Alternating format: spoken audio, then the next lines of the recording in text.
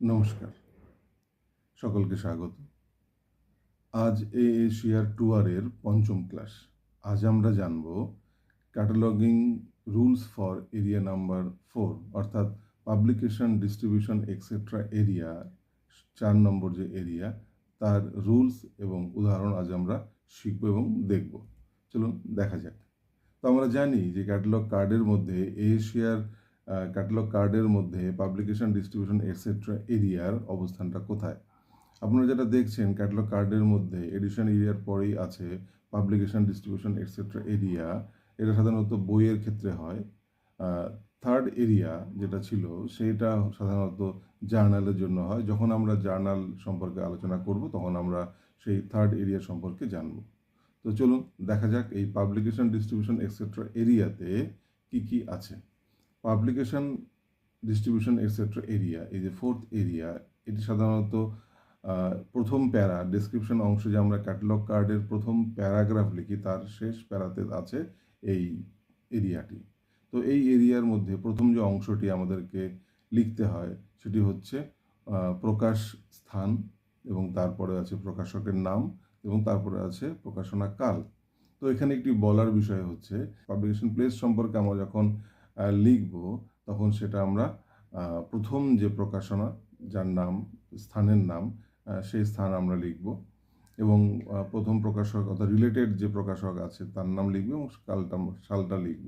এবং এক্ষেত্রে উল্লেখযোগ্য যে প্রথম প্রকাশ স্থান এবং প্রথম প্রকাশকের মাঝখানে একটি সেমিকোলন হবে, এবং প্রকাশক এবং প্রকাশনা কাল এই দুটোর মাঝে একটি কমা পাংচুয়েশন ব্যবহৃত হবে। চলুন দেখা যাক কিছু কিছু রুলস কি আছে। তো প্লেস অফ পাবলিকেশন সম্পর্কে যে সমস্ত রুলসগুলো আছে সেটি হচ্ছে প্রথম স্থান নাম লিখতে, অর্থাৎ প্রথমে যদি একাধিক স্থান নাম থাকে তাহলে প্রথম যে স্থান নাম সেটা লিখতেই হবে। যদি একাধিক স্থান থাকে সেক্ষেত্রে প্রথম প্লেসের নাম আমরা লিখব, এবং তারপর সেমিকোলন দিয়ে পরবর্তী স্থান নাম লিখব যেটি যেখানে বসেও ক্যাটালগ কার্ড তৈরি করা হচ্ছে সেখান থেকে কাছে। উদাহরণ দিলে সুবিধা হবে। সেটা হচ্ছে যে সাপোজ আপনি কলকাতায় বসে আছেন এবং আপনার কাছে একটি বই এলো, সেই বইটার মধ্যে 4খানা প্লেসের নাম আছে। প্রথমে আছে নিউ ইয়র্ক, দেন আছে লন্ডন, দেন আছে দিল্লি, দেন আছে চেন্নাই। তো এরকম 4খানা নাম আছে প্লেস অফ পাবলিকেশন হিসাবে। তো রুলস অনুসারে প্রথমে তো আমাকে লিখতেই হবে নিউ ইয়র্ক, প্রথম নামটা লিখতে হবে, এবং তারপরে যেগুলো আমরা লিখবো সেটা হচ্ছে ক্যাটালগ স্থান কোথায় করা হচ্ছে, কলকাতা থেকে করা হচ্ছে। তা কলকাতা থেকে দ্বিতীয় নম্বর যে স্থানটা ছিল লন্ডন, আর তৃতীয় ছিল দিল্লি, এবং তৃতীয় ছিল চেন্নাই। তা কলকাতা থেকে লন্ডন দূরে, দিল্লি দূরে, নাকি চেন্নাই দূরে, কোনটা সব থেকে বেশি দূরে বা কোনটা সব থেকে বেশি কাছে? সব থেকে বেশি কাছে হচ্ছে দিল্লি। তাহলে ক্যাটালগ কার্ডে আমরা লিখব, প্রথমে লিখব নিউ ইয়র্ক, তারপর একটা সেমিকোলন দিয়ে লিখব নিউ দিল্লি, তারপরে সেমিকোলন দিয়ে লিখব চেন্নাই, তারপরে সেমিকোলন দিয়ে লিখব লন্ডন। এই হলো রুলসটা। সাধারণত আমরা 2 বা 3টে আমরা দিয়ে থাকি প্লেসের নাম এক্ষেত্রে। যদি এবার দেখা যায় অনেক বইয়ের ক্ষেত্রে কোনো প্লেসের উল্লেখ নেই থাকে, এরকম অনেক বইয়ের ক্ষেত্রে, তখন আমরা এই সাইনটা ব্যবহার করি S.L. থার্ড ব্র্যাকেটের মধ্যে, যাকে আমরা সাইন লোকো বলি। অর্থাৎ এটা চলে যাবে নিউ ইয়র্কের জায়গায় বা কলকাতার জায়গায়, যেখানে কোনো প্লেসের নাম নেই যে সমস্ত বইতে, সেই সমস্ত ক্ষেত্রে আমরা প্লেসের অবর্তমানে আমরা S.L. কথাটা লিখবো। এটা হচ্ছে প্লেস অফ পাবলিকেশনসের বেসিক কিছু রুলস। তো এরপরে রুলস আছে নেম অফ পাবলিশারের ক্ষেত্রেও ঠিক কিছু রুলস আছে। অর্থাৎ স্থান নাম অনুসারে পাবলিশারের নাম লিখতে হবে। অর্থাৎ স্থান নাম কলকাতা, তার সাথে রিলেটেড যে আনন্দ প্রকাশনী হয় তাহলে সেটা লিখতে হবে। তো এইরকমভাবে স্থান নামের সাথে প্রকাশকের একটা রিলেশন থাকে, সেই নামটা লিখতে হবে। প্রকাশকের নাম যদি অনেকটা বড় থাকে, ইত্যাদি ইত্যাদি ইত্যাদি দিয়ে একটা প্রাইভেট লিমিটেড কর্পোরেশন ইত্যাদি দেওয়া আছে, তো এত বড় নাম লেখার জায়গায় ক্যাটালগে নেই, সেই জন্য এটাকে আমরা শর্ট করে লিখব। যেমন পেঙ্গুইন বুকসের ক্ষেত্রে শুধু পেঙ্গুইন কথাটা লিখলে হবে, বা আনন্দ পাবলিশার্সের নামে পরিবর্তে শুধুমাত্র আনন্দ লিখলেই হবে। তো এই রকম ছোট করে বা লিখতে হবে, এবং তার জন্য একটি নির্দেশনা দেওয়া আছে কোন কোন বইয়ের ক্ষেত্রে, পাবলিশারের ক্ষেত্রে কীভাবে করবো। সেটা এশিয়ার টুয়ারের শেষের দিকে সংক্ষিপ্ত একটি তালিকা দেওয়া আছে পাবলিশারদের নামের, সেটা আমরা লিখব। কোনো কোনো ক্ষেত্রে দেখা যায় যে গ্রন্থের মধ্যে প্রকাশকের নাম উল্লেখ নেই, তখন সেক্ষেত্রে আমরা S.N. থার্ড ব্র্যাকেটের মধ্যে লিখব। অর্থাৎ প্রকাশনা স্থান না থাকলে s.l. আর প্রকাশকের নাম না থাকলে আমরা লিখব s.n. এটা থার্ড ব্র্যাকেটের মধ্যে লিখতে হবে, তখন যাকে আমরা সাইন নমিনি বলে জানি। নেক্সট হচ্ছে ইয়ার, সাল, ডেট অফ পাবলিকেশন, কোন সালে কবে এটা পাবলিশড হয়েছে। সাধারণত আমরা এখানে ক্যাটালগ কার্ডের মধ্যে সালটা অ্যাকচুয়ালি সাল আমরা লিখি এবং সেটা লেটেস্ট ইয়ারটা লিখতে হবে। অর্থাৎ আমরা ভার্সো রেক্টো ভার্সো আমরা বলেছিলাম, তো ভার্সো পেজ যদি দেখি টাইটেল পেজের, তো সেই পেজটার মধ্যে আমরা অনেক সময় দেখেছি প্রথম প্রকাশক, দ্বিতীয় প্রকাশক, মুদ্রণ ইত্যাদি ইত্যাদি লেখা থাকে, একটা সালের গুচ্ছ দেওয়া থাকে। তো সেখান থেকে সবথেকে লেটেস্ট সাল যেটা থাকবে সেটাই কিন্তু ক্যাটালগ কার্ড লিখতে হবে।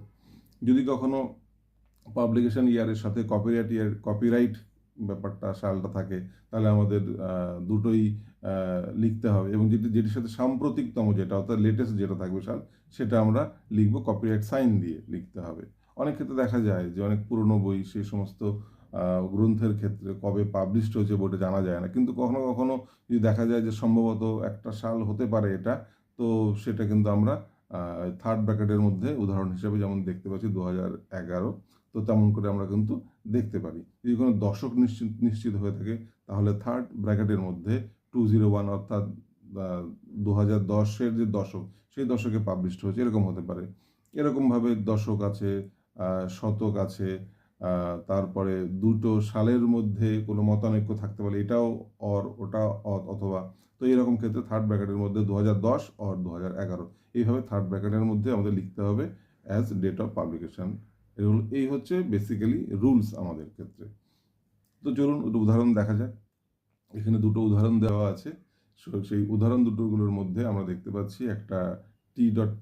টাইটেল পেজ হিসেবে লেখা আছে এনভায়রনমেন্টাল এথিক্স কোলন দিয়ে a global perspectives, doctor Emily Johnson, professor Carlos, edited by একজন এডিটর আছে, ফার্স্ট এডিশন লেখা আছে, নিউ ইয়র্ক USA, কলকাতা লেখা আছে, ইকো এথিক্স পাবলিশিং 2020, এরকম একটি প্রবলেম দেওয়া আছে। অর্থাৎ এই প্রবলেমটাকে আমাকে প্রথমে অ্যানালিসিস করতে হবে, যেটার মধ্যে টাইটেল কোনটা, সাবটাইটেল কোনটা, অথার কোনটা, এডিটার কোনটা, এডিশন স্টেটমেন্টটা কি আছে, নিউ ইয়র্ক পাবলিকেশন অর্থাৎ প্লেস অফ পাবলিকেশন আছে কিনা, প্রকাশকের নাম আছে কিনা, সাল আছে কিনা, এখানে সবগুলোই মোটামুটি আছে।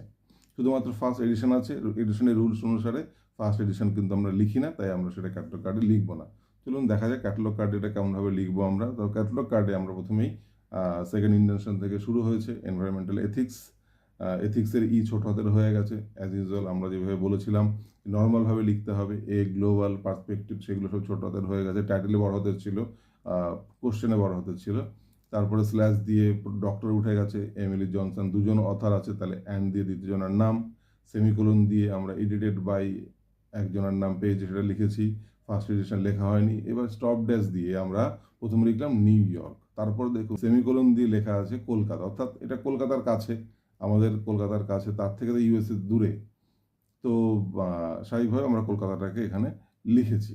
দেন পাবলিশারের নাম ইকো এথিক্স পাবলিশিং, এবং তারপরে কমা দিয়ে সাল। ঠিক এইভাবে একটি আমাদের প্যারা শেষ হবে, অর্থাৎ ফার্স্ট এরিয়া, সেকেন্ড এরিয়া এবং ফোর্থ এরিয়া, এই তিনটে এরিয়া মিলে একটি হচ্ছে আমাদের ক্যাটালগের বইয়ের ক্ষেত্রে ক্যাটালগের একটি ফার্স্ট এরিয়া আমাদের শেষ হচ্ছে। দ্বিতীয় যে প্রবলেমটা আছে, সেই দ্বিতীয় প্রবলেমের ক্ষেত্রে আমরা দেখতে পাচ্ছি একটি নোভেলের বই, এবং এক্ষেত্রেও পাবলিকেশন ইয়ার নিয়ে একটু সমস্যা আছে, ওটা O.I হিসেবে লেখা আছে, অর্থাৎ আদার ইনফরমেশন হিসেবে লেখা আছে, বুক মে বি পাবলিশড ইন 1989 এটা লেখা আছে। আর এইটার মধ্যে আমরা সাধারণভাবে কোনো প্লেসের নাম আমরা দেখতে পাচ্ছি না, দেখা যাচ্ছে না।